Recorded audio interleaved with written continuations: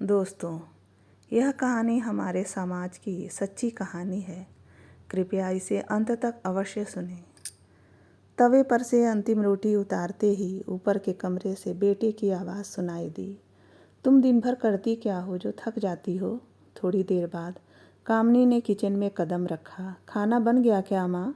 सुधा ने हाँ में उत्तर दिया। तभी कामनी ने अपने पति को खाने के लिए आवाज़ लगाई और सुधा बहू के साथ खाने की टेबल पर खाना लाकर रखने लगी।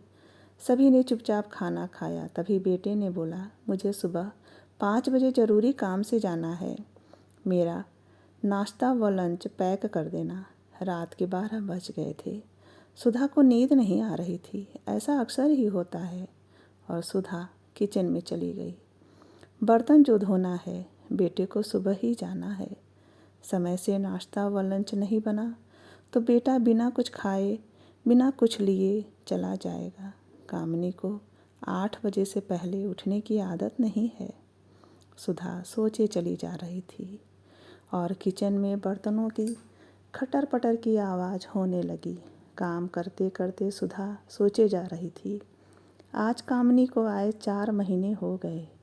परसों ही तो कामनी की विदाई है। बुआ के घर जाएगी। आखिर उन्होंने ही तो उसे पाला पोसा है। बेचारी बिन माँ बाप की बच्ची। बेचारी के माँ बाप एक कार एक्सीडेंट में चले गए थे। बुआ ने बिन माँ की बच्ची को पाला पोसा, पढ़ाया लिखाया और शादी की। यही सब सोचते सोचते सुधा का बिस्तर पर आ लेटी पता ही नहीं चला और आँख तब खुली जब चिड़ियों की चहचहाहट सुनाई दी और सुधा फिर से अपनी जिम्मेदारी संभालने में लग गई। आज बहू को मायके जाना है। बहू काफ़ी खुश है पर सुधा उदास, क्योंकि बहू कामनी के साथ रहने की आदत लग गई है।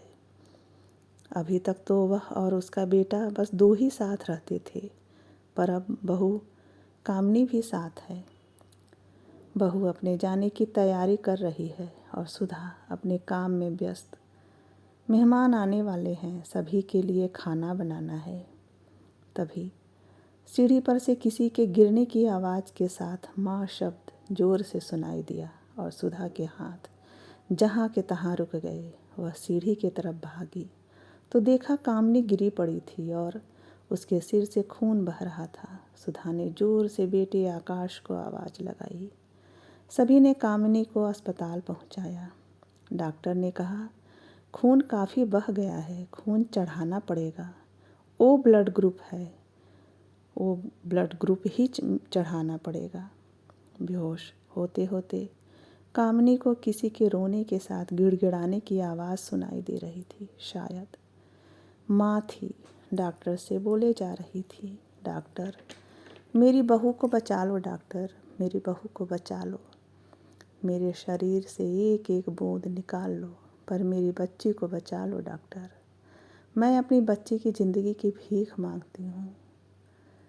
और कामनी बेहोश हो गई। उसे होश तब आया जब आकाश के मुंह से माँ शब्द की आवाज़ आई। देखा आकाश सिर नीचे किए दोनों हाथों से सिर पकड़े माँ की तस्वीर लिए बैठा था। पर यह क्या?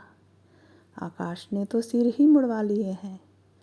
देख कामनी परेशान हो गई।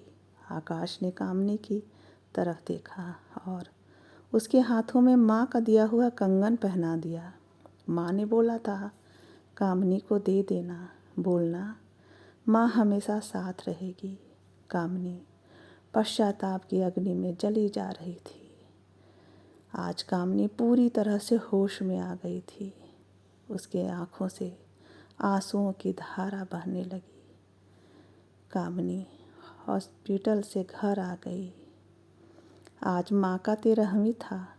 माँ कामनी को खून देकर खुद माँ का फ़र्ज निभा गई। ईश्वर के पास चली गई माँ।